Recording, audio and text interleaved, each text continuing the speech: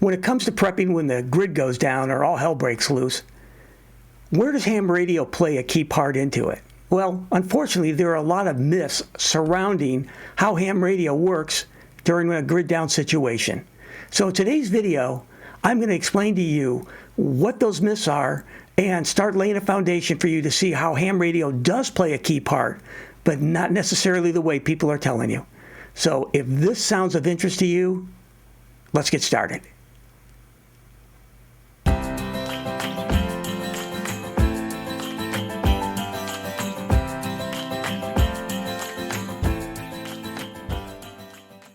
Hey, this is MJ, call sign KW3KW, and welcome to another episode of Ham Radio Made Simple.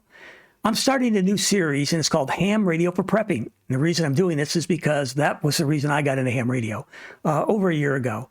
And the purpose of it was strictly to be able to have communications when we know all hell breaks loose. So the first episode is going to be more of a high level, and I'm going to talk about the top 5 misunderstandings of ham radio for prepping.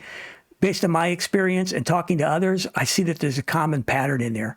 When I first started ham radio and thought about prepping for it, I was way off base as to how ham radio played the key role in communications and how do you deploy ham radio correctly.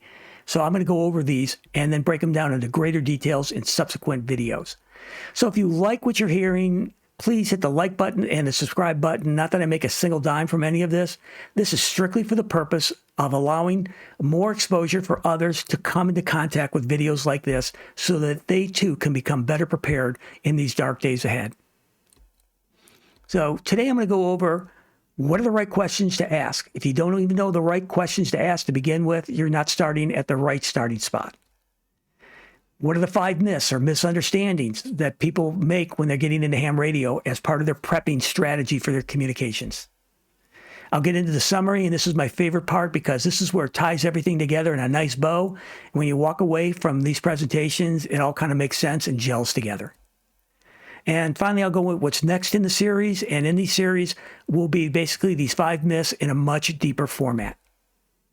So what are the questions? The very first question you need to ask when everything happens, when the power grid goes down, whether it be from a natural disaster, storm, terrorism, cyber hijacking, war, whatever it could be, you need to ask this question: who are you trying to call? With your ham radio, who are you trying to call? How far are they away from you? Can you reach them today with your ham equipment if you have it? If you don't, then have ham equipment. Don't worry about that yet, but you'll need to learn and practice to find out. And I'll get more into that here in just a second.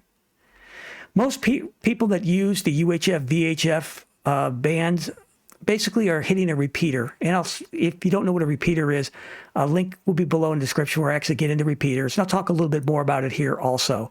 But for your technician class license, you're going to use a repeater most of the time, but they require power. So you make sure that you know that you're going to probably end up having to go to simplex at some point in time because repeaters will go offline. Now, in a particular case in my club that I happen to belong to, which is a unique situation, they have battery backup, but which is really nice is that they're part of a Verizon tower, and we use about 100 watts of electricity, so Verizon says it's free. And it basically allows them to use the Verizon diesel generator that will run. But how long that goes on, don't know. Next is, how important is this to you? How important is having communications to you? Because if it's not important to you, you're not going to invest the time and resources into it. But when we're as prepper, you must understand water is the first most important thing you need to secure. Do you have a Berkey water filter, some kind of water filter with extra water filters and accesses to water that you may need to use when the city water goes offline or is polluted? And they're telling you to boil your water, but you have no electricity. So what's that going to do to you? Food, do you have enough for 6 to 9 months? Do you have shelter, and is it secured? Hold other discussions on that.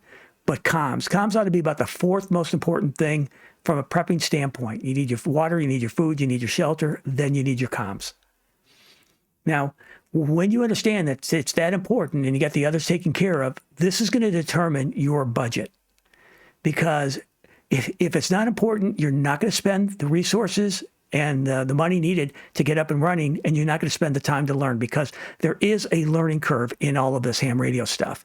It's not, take it off the rack and off you go. It's a lot more complex than you think. But if someone like me, who has no engineering background, scientific background, I was simply a healthcare sales rep, selling to hospitals, can learn this stuff, you can too. And especially by going through the series of videos that I've done prior to this, it will help you come up to speed. I've had a lot of positive comments from people who kind of think like me, need someone to basically tell them exactly step by step and show visuals on how it works without, I call it the technical speak talk.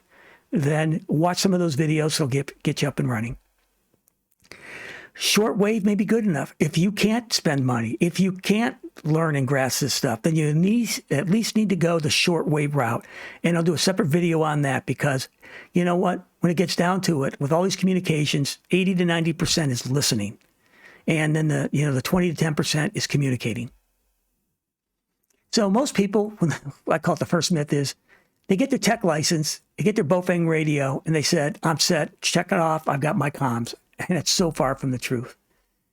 Do you even know how to program your radio? I'm finding most people don't, whether it be programming it for the repeaters in their area or how to use it and switch over to the different simplex bands. Do they even know which ones simplex bands are available to them? And I'd have to say most of them do not know that. And they don't even have it programmed into their radio. Have you practiced? And again, most of these people, they buy it, they put it on the shelf, they haven't practiced. Why do you need to practice? Well, you got to find out the best location to use. Real life story. This is from my experience and what I am doing, and I hope that you would do the same. I'm finding that, for example, I take that radio, and if I use the average antenna that comes with it, it's crap. You got to replace that antenna. I've spoken a lot of the other videos that are out there. Again, links in the description below, but replace that antenna is the very first thing you need to do. Then you need to find out where in your neighborhood is it best if you're trying to reach somebody. I'm trying to reach my buddy Steve, another ham radio operator about 5-6 miles away. And we practiced, and we started just with the basic radios, with the antennas, the better antennas.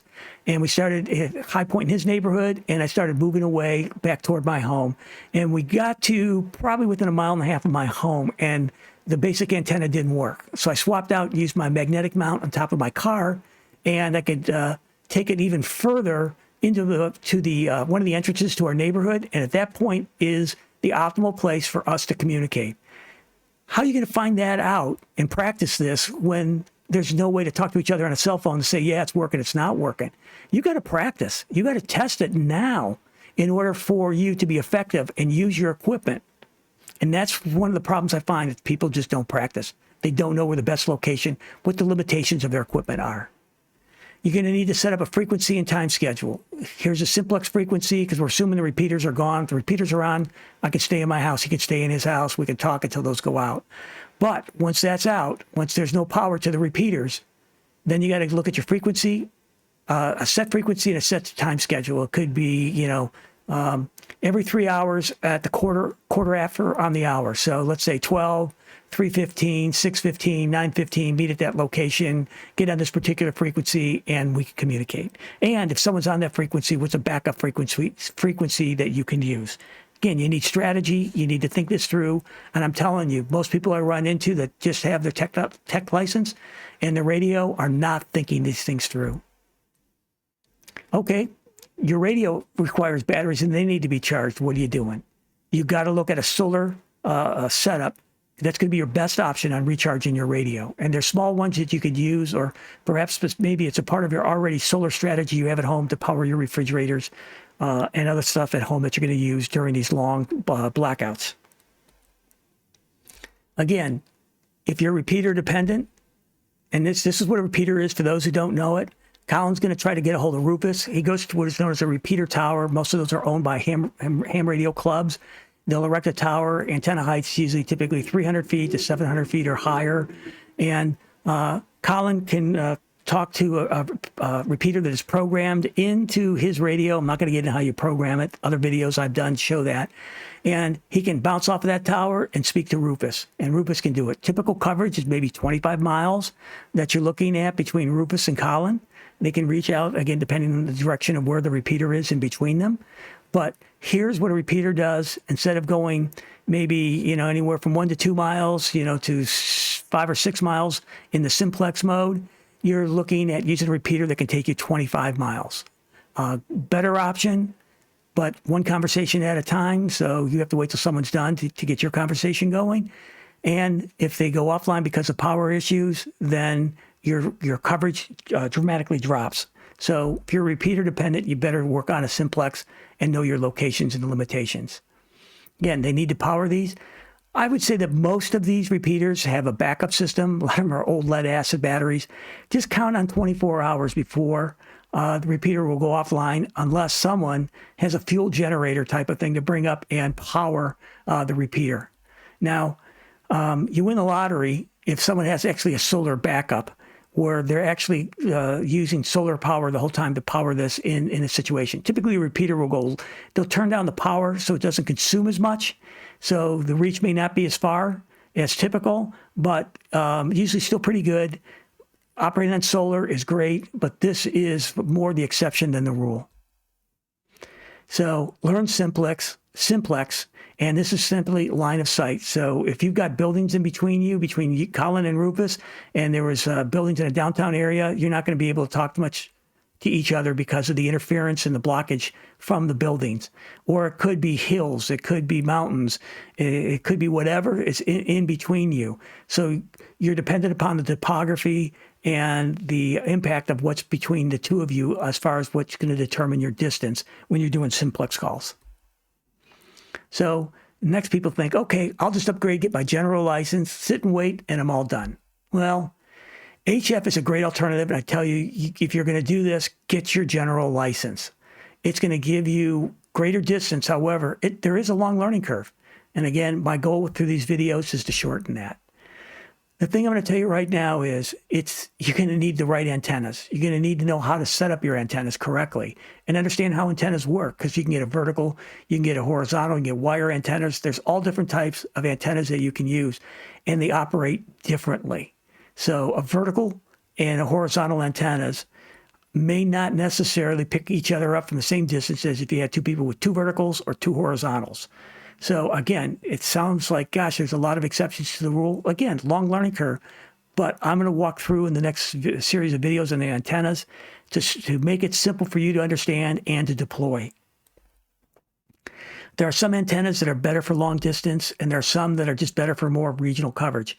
NVIS antenna, which is a near vertical incident skywave antenna, is how you set up like a wire antenna. It's lower to the ground, typically between 9 and 12 feet off the ground. Its launch angle is much different than a taller wire antenna or vertical antenna that's up in the sky. So it's going to give you a different coverage. So if you have an antenna that does long distance, they're called skip zones. If you're in the skip zone, it does you no good. That's why you need to understand, do you need one, do you need the other, or do you need both? In my case, I got both. And I'll, again, explain more about that later on. The key is, and I'm going to keep doing this, and I'm doing this and doing this. I practice and I test each one. How I set up the height, the distance, the direction that they're pointing, all matters. Again, not understanding distance limitations. Most people understand that the UHF, VHF is limited, and simplex is probably what you're going to end up with if the repeaters go offline. So, but however, while the repeaters are up, do you know where they are? Are they programmed into your radio? Can you operate with backup power? If you don't have it, then you're only as good as the power in your radio lasts. And that could be anywhere from a couple days to a week or two, depending on how you use it. If you're just listening, it can extend the use of your radio. If you're transmitting, it's going to chew up more of your battery power and leave you less time of using that radio. Again, if you're looking at long distance versus short distance, you're looking at, I call it like a long-term thought versus a short-term thought. This is how you got to consider when you're looking at your UHF, VHF, because it is limited in what it does, and you can use like different type of antennas and setting this up that's going to give you a longer reach versus a shorter reach. So again, how does that play in what you're doing? On the HF, we were thinking about limited based on skip zones. So when we talk a skip zone, I'll show you exactly what that looks like here in the next slide. But The HF may go farther, but it may jump over. So it may jump over a whole state before it comes down. And so if you want to reach somebody in the state next to you, how your antenna is set up, what type of antenna you're using is going to determine whether or not you're even capable of reaching that person. Propagation conditions. In ham radio, that's probably one of the most important things on whether or not you get a good signal quality and how far it goes. That's predicated on a certain type of solar activity that happens on the sun. If it's happening great, I mean, you can get distances short, near, and everywhere, but that's more the exception than the rule. Always assume the worst, that you're going to have bad propagation. So consider that when you're looking at setting up your antenna. And again, antenna. You can have a great radio, bad antenna. You're not going to go very far. Power doesn't push through a bad antenna. So the type of antenna that you use, the location of your antenna, the height of the antenna, whether it's up or down, all plays a key role. And again, more to be explained later on. So for those who are new to ham radio and trying to look at this, when I talk about a skip zone, this is what a skip zone looks like. Collins is trying to call Katie, and so his HF signal, now this is HF, this isn't UHF, VHF, this is your HF signal for your general license, goes up to the F region, will bounce down to the earth, bounce off the earth, go back up to the F region. In here is dead space. This is dead space all right in here. This is your skip zone. So if Katie happened to be one of these locations, chances are she's not going to hear you, or you're going to hear her. Now, sometimes you can get around that where you have a very, high-end 1,500 watt, amplifier on your transceiver. You've got the 40-foot tower. You've got that, high-end hex beam or Yagi antenna. And yeah, you can be heard probably through a lot of those skip zones. But I'm talking to the average person who doesn't have a budget to spend, $20,000, $15,000 to $20,000 on that type of equipment. And so if your budget is more within, a couple $1,000s, you're going to have skip zones like me. Myth number 4, you need a ham radio go bag. Well, if you're living in the city, yeah. If you live in a condo or an apartment and the riots start coming down your street and they're torching cars, get out. And you're going to need a go bag, way of doing communications. But the question I always ask people is, where do you go? And if you think you're just going to go out in a rural area and go out into some woods and camp out there, that may last for a little bit. But understand this. People living that own that property, if they're patrolling their area, they're not going to like the fact that you're on their area, on your property. And so you put yourself in danger. They can consider you a threat. They don't want a bunch of vagrants, going onto it. So think through, where are you going to go? Now, if it's somebody on their property or another place, perfect, bring your comms, do it. But if you're just going out, into the woods someplace, you'll eventually be discovered and you could put yourself in jeopardy. What I think is the best solution when you're trying to do this is think of a mobile solution where you can take it and put it into your car. So have it set up so you could have your radio work both, whether it be freestanding mobile, it can work in your home at your base unit, or it can work in your car. And nice thing about having an auto or a truck or an RV, wherever you're going to put it, you usually have a 12-volt battery, you got some gas, it can recharge it. You're going to get probably you can drive it to a top of a peak someplace. You're going to have absolutely a much better signal other than camping in the middle of the woods, maybe down in the valley area near some water, for example, because that's usually the lower parts of the area. So again, the strategy what you want to look at is more mobile into an auto or a truck, as opposed to just a go bag and trying to do it out in the woods. And understand this, you really should bug in for the first round of chaos that hits and see how long that lasts, because you've got all of the things that you need, your food, everything that's around you, to last out the first or second round. So I try to tell people, when you're thinking of prepping and using ham radio, consider the fact that you'll bug in for the first several rounds before it gets so bad that you got to leave. And again, practice and test. Even like in a mobile unit, I practice my mobile and my auto. I practice with my handheld radio outside of my car. I practice on my base unit. I want to know how my equipment works and what's its range and capabilities. The 5th myth is that you can go into your prepping solo when it comes to communications, and that's so far from the truth. You really need to join or build a network of like-minded people. And I'm doing both. I have joined other ones and I'm building my own, just covering all bases that are out there. So what are you trying to do? Well, you want to belong to a group like ANRAM or PrepperNet, and the links are in the description below. They've been out there for several years. Ham radio preppers who basically have got a system down to a T and how to relay and move information across the country with like-minded people, other preppers. So check those two out. What you're really trying to do, and the purpose of this, is relaying information, boots on the ground, incidents type of reporting of what's going on in your area, your community, and spreading that around to other people all across the country. Because the more data points you have that you can connect the dots, you're going to be able to then form a picture of what's going on, share that information with your immediate family, with your friends, with your neighbors who are around you, and make the right decisions at the right time based on the fact that you now know really what's going on.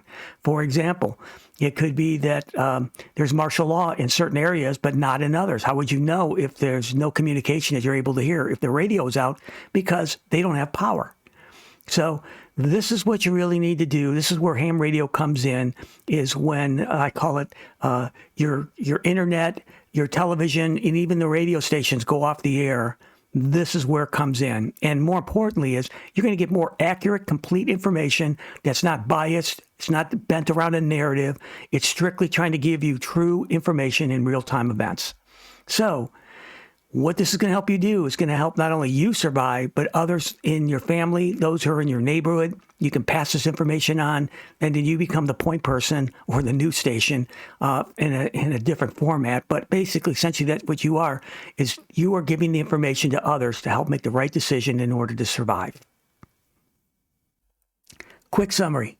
Shortwave may be the solution for those who can't afford the money to spend on it, or the time, or don't have the energy or effort to do it. Lower cost, but you've got to make sure that you have at least a single sideband feature on the shortwave radio, both upper and lower sideband. If you don't have that, essentially what you're going to get shortwave, you're going to get the BBC Europe. Okay, what good's that going to do you? I don't trust a thing that comes out of BBC. I don't think you should either.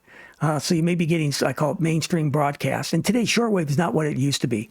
Most of the shortwave broadcasts are basically, a lot of them are religious programming that's out there. And believe me, you know, as a follower of Christ, I want to hear stuff, but that's not necessarily what I'm looking for when I pick up a shortwave station in a time of crisis. I'm looking for information that can help me and my family make the right decisions. General license, yeah, absolutely. It's a must. You need to get it. Don't stop at your technicians. Invest the time, invest the money. And what it does, it gives you the world. You get to go into the HF side, your high frequency, and then it's going to allow you to go beyond just your local neighborhood. Antennas, you're probably going to need more than one. One that's set up for long distance, DXing and ham radio talk is basically long distance, and local regional. And that's where I talked about the NVIS, the near vertical incident skywave antenna. And again, I'll break out that in other videos. You need to join a group, whether it be ANRAM, PrepperNet, start your own. Find somebody who's a ham radio operator in your area that you can go to that can get information and relay it on to you, and you can relay it on to others in your own neighborhood and within your own family group. But you've got to get something going now. Otherwise, you're going to have I call it a black hole in what's going on out there, and where are you going to get your information from? Solar backup is a must, because if you can't power your radios, you can't power even your handheld radio, you've got nothing. And practice, test your equipment, find out what works, what doesn't work, where you need to make changes, where you need to invest more money into, whether it be an antenna, anything that can help your equipment work better under a stressful condition. It's better to practice now in the calm, because you don't want to be practicing when the storm hits. So my next videos, I'll do a quick one on shortwave, just kind of giving you those to kind of look at all of this and say, well, at least I need to do shortwave. And the answer is yes. Everyone minimum must have a shortwave radio. And I'll get into antennas and why you need more than one, and what each of these type of antennas can offer, and the types of antennas that you can buy, and what are their prices. Talk about solar options that don't have to be expensive. You don't need to put solar panels up on your roof.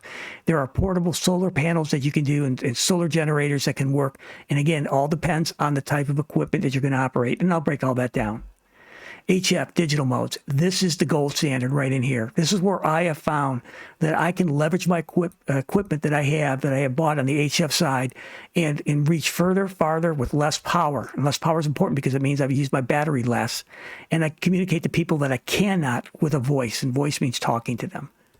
So really, that to me is one of the most important ones that are on here between antennas and the HF digital modes and groups to join. You need to join a group. You need to start your own group. You need to find someone who's your comms, ham radio expert that's part of your network of people that you can easily have access to and share relay information. And again, use this information to make the right decisions of what you need to do going forward. I'll get into equipment, go bags, what you really need, type of equipment that's out there. And again, I'm not going to try to steer you toward high-end, high-cost prices. Now, some of it, unfortunately, even the low stuff costs a lot of money. But I'll try to help you and help you get up and running quickly without having to do a learning curve and guessing what is the right equipment to use. So I hope this has been a benefit. If you've got to this point, I would ask you again, please hit the like button.